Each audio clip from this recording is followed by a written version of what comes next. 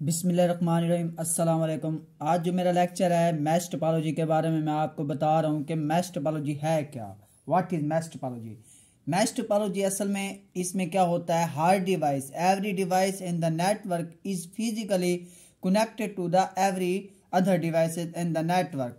कि इसके अंदर हर डिवाइस जो होती है वो क्या होती है, ये हर डिवाइस कनेक्ट होती है to the every other device. ये एक डिवाइस है, ये क्या होगी, कनेक्ट होगी, इसके साथ भी कनेक्ट है और इसके साथ भी कनेक्ट है और इसके साथ भी कनेक्ट है। ये एक डिवाइस है और ये सारों के साथ जो इसके साथ कंप्यूटर हैं वो सारों के साथ कनेक्ट होगी। क्या इसके साथ भी कनेक्ट होगी और इसके साथ भी होगी और इसके साथ भी कनेक्ट होगी।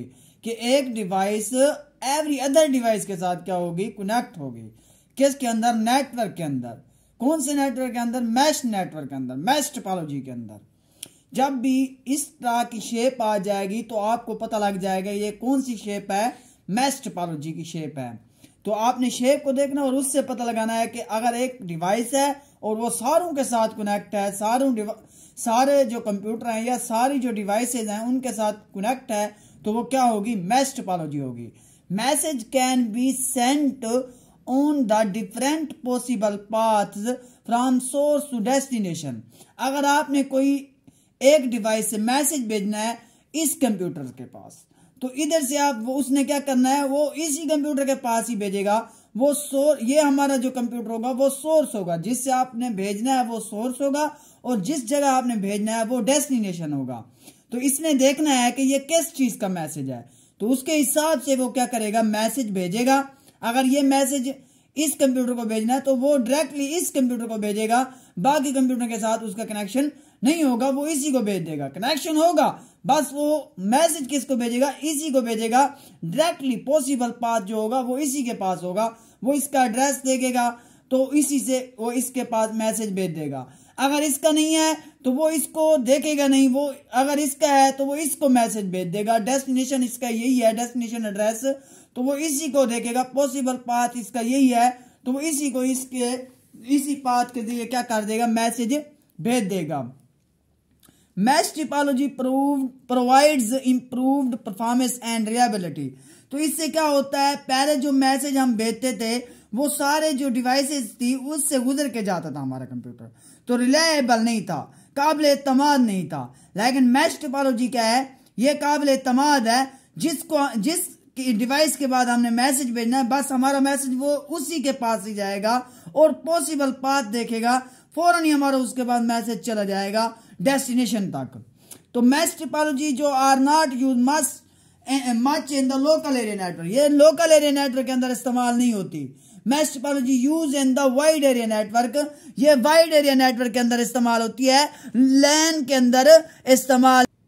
अब इसके हम एडवांटेजेस देखते हैं कि मैश टोपोलॉजी के एडवांटेजेस क्या है, हम इसको क्यों इस्तेमाल करते हैं। If one device on a mesh network fail the network can still function. अगर इसके अंदर एक नेटवर्क मैश एक डिवाइस खराब हो जाती है तो ये नहीं होता कि आपका जो पूरा नेटवर्क होगा वो ब्रेक डाउन हो जाएगा, बल्कि वो फंक्शनल रहेगा और आपका काम फिर भी चलता रहेगा।